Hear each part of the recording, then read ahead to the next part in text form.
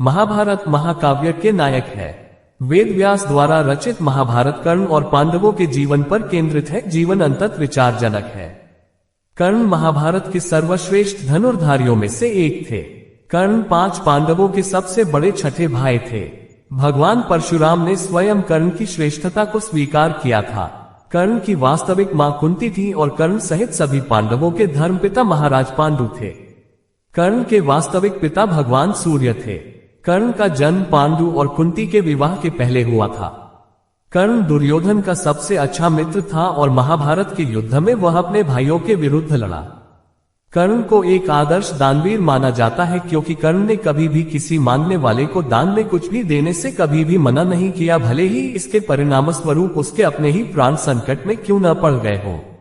इसी से जुड़ा एक वाक्या महाभारत में है, जब अर्जुन के पिता भगवान इंद्र ने कर्ण से उसके कुंडल और दिव्य कवच मांगे और कर्ण ने दे दिए। कर्ण की छवि आज भी भारतीय जनमानस में एक ऐसे महायोद्धा की है जो जीवन भर प्रतिकूल परिस्थितियों से लड़ता रहा। बहुत से लोगों का यह भी मानना है कि कर्ण को कभी भी वह सब नहीं मिला जिसका वह वास्तविक रूप से अधिकारी था।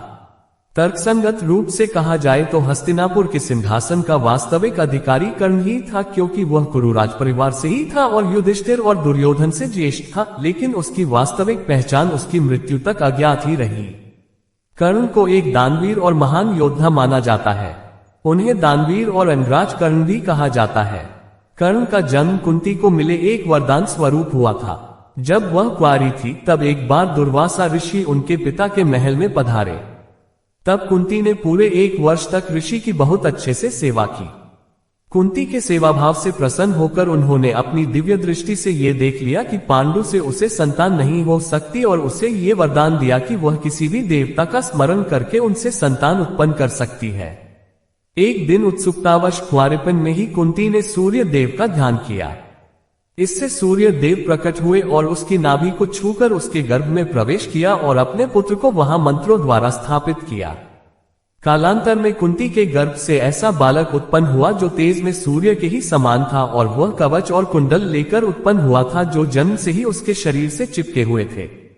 चूंकि वह अभी भी अविवाहित थी, इसलिए लोक लाज के डर से उसने उस पुत्र को एक बक्से में रखकर गंगाजी में बहा दिया। कर्ण गंगाजी में बहता हुआ जा रहा था कि महाराज भीष्म के सारथी अधीरथ और उनकी पत्नी राधा ने उसे देखा और उसे गोद ले लिया और उसका लालन पालन करने लगे।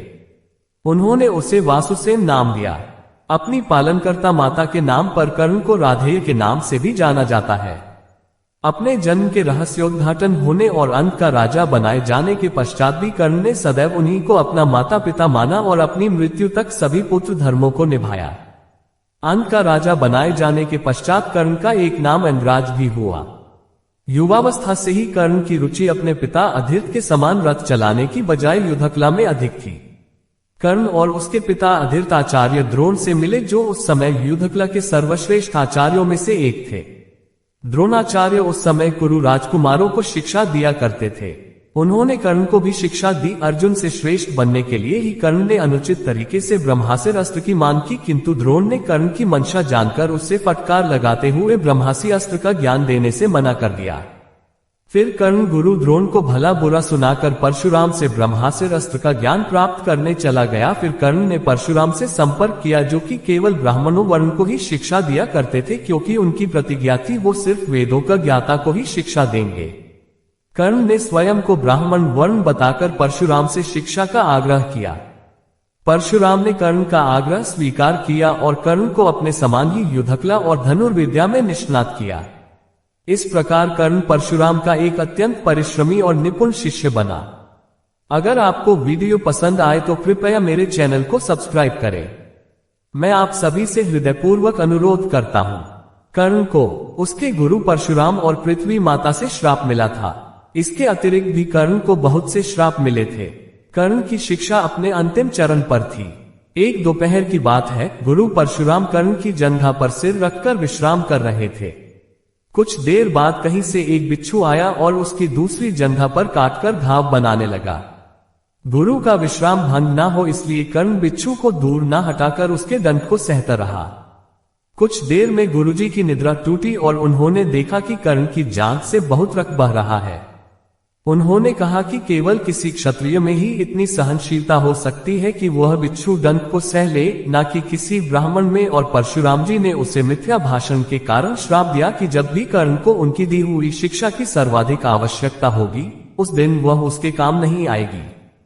कर्ण, जो कि स्वयं यह नहीं जानता था कि वह किस वंश से है, ने अपने गुरु से क्षमा मांगी और कहा कि उसके स्थान पर यदि कोई और शिष्य भी होता तो वो भी यही करता।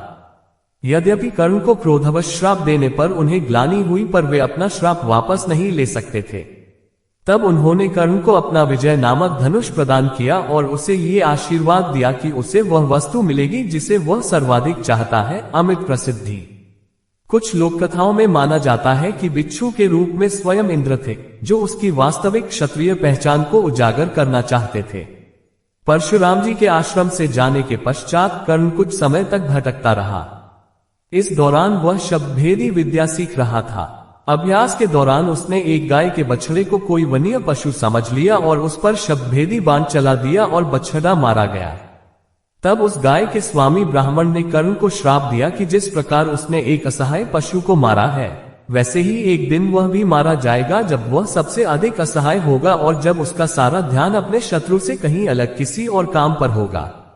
आंध्र की लोक कथाओं के अनुसार एक बार कर्ण कहीं जा रहा था, तब रास्ते में उसे एक कन्या मिली जो अपने घड़े से घी के बिखर जाने के कारण रो रही थी। जब कर्ण ने उसके संत्रास का कारण जानना चाहा तो उसने बताया कि उसे भय है कि उसकी सौतेली मां उसकी इस असावधानी पर रुष्ट होंगी। कृपालु कर्ण ने तब उससे कहा कि वह उसे नया घी लाकर देगा। तब कन्या ने आग्रह किया कि उसे वही मिट्टी में मिला हुआ घी ही चाहिए और उसने नया घी लेने से मना कर दिया। तब कन्या पर दया करते हुए कर्ण ने घी युक्त मिट्टी को अपनी मुट्ठी में लिया और निचोड़ने लगा ताकि मिट्टी से घी निचुड़कर घड़े में गिर जाए। इस प्रक्रिया के दौरान उसने अपने हाथ से एक महिला की पीड़ायुक्त ध्वनि सुनी। जब उसने अपनी मुट्ठी खोली तो धरती माता को पाया। पीड़ा से क्रोधित धरती माता ने कर्ण की आलोचना की और कहा कि उसने एक बच्ची के घी के लिए उन्हें इतनी पीड़ा दी।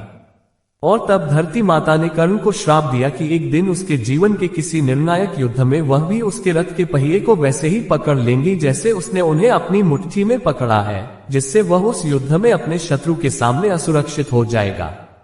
धरती माता का श्राप ये था कि कर्ण के जीवन के सबसे निर्णायक युद्ध में धरती उसके रथ के पहिए को पकड़ लेंगी। उस दिन के युद्ध में कर्ण ने अलग अलग रथों का उपयोग किया, लेकिन हर बार उसके रथ का पहिया धरती में धंस जाता। इसलिए विभिन्न रथों का प्रयोग करके भी कर्ण धरती माता के श्राप से नहीं बच सकता था, अन्यथा वह उस निर्णायक युद्ध में अर्जुन पर भारी पड़ता। अगर आपको वीडियो पसंद आए तो कृपया मेरे चैनल को सब्सक्राइब करें। मैं आप सभी से हृदयपूर्वक अनुरोध करता हूं। द्रोणाचार्य ने अपने शिष्यों की शिक्षा पूरी होने पर हस्तिनापुर में एक रणभूमि का आयोजन करवाया। रणभूमि में अर्जुन विशेष धनुर्विद्या युक्त शिष्य प्रमाणित हुआ। तभी कर्ण रणभूमि में आया और अर्जुन द्वारा किए गए कर्तव्यों को पार करके उसे द्वंद्व युद्ध के लिए ललकारा। तब कृपाचार्य ने कर्ण के द्वंद्व युद्ध को अस्वीकृत कर दिया और उससे उसके वंश और साम्राज्य के विषय में पूछा, क्योंकि द्वंद्व युद्ध के नियमों के अनुसार केवल एक राजकुमार ही अर्जुन को, जो हस्तिनापुर का राजकुमार था, द्वंद्व युद्ध के लिए ललकार सकता था। तब कौरवों में सबसे ज्येष्ठ दुर्योधन ने कर्ण को अंदेश का राजा घोषित किया, जिससे वह अर्जुन से द्वंद्व युद्ध के योग्य हो जाए। जब कर्ण ने दुर्योधन से पूछा कि वह उससे इसके बदले में क्या चाहता है, तब दुर्योधन ने कहा कि वह केवल ये चाहता है कि कर्ण उसका मित्र बन जाए। इस घटना के बाद महाभारत के कुछ मुख्य संबंध स्थापित हुए, जैसे दुर्योधन और कर्ण के बीच सुदृढ़ संबंध बने, कर्ण और अर्जुन के बीच तीव्र प्रतिद्वंद्विता और पांडवों तथा कर्ण के बीच वैमनस्य। कर्ण दुर्योधन का एक निष्ठावान और सच्चा मित्र था। यद्यपि वह बाद में दुर्योधन को प्रसन्न करने के लिए द्यूत क्रीड़ा में भागीदारी करता है, लेकिन वह आरंभ से ही इसके विरुद्ध था। कर्ण शकुनी को पसंद नहीं करता था और सदैव दुर्योधन को यही परामर्श देता है कि वह अपने शत्रुओं को परास्त करने के लिए अपने युद्ध कौशल और बाहुबल का प्रयोग करे, न कि कुटिल चालों का। जब लाक्षागृह में पांडवों को मारने का प्रयास विफल हो जाता है, तब कर्ण दुर्योधन को उसकी कायरता के लिए डांटता है और कहता है कि कायरों की सभी चालें विफल ही होती हैं, और उसे समझाता है कि उसे एक योद्धा के समान कार्य करना चाहिए और उसे जो कुछ भी प्राप्त करना है उसे अपनी वीरता द्वारा प्राप्त करे। चित्रांगद की राजकुमारी से विवाह करने में भी कर्ण ने दुर्योधन की सहायता की थी। अपने स्वयंवर में उसने दुर्योधन को अस्वीकार कर दिया और तब दुर्योधन उसे बलपूर्वक उठाकर ले गया। तब वहां उपस्थित अन्य राजाओं ने उसका पीछा किया, लेकिन कर्ण ने अकेले ही उन सबको परास्त कर दिया। परास्त राजाओं में जरासंध, शिशुपाल,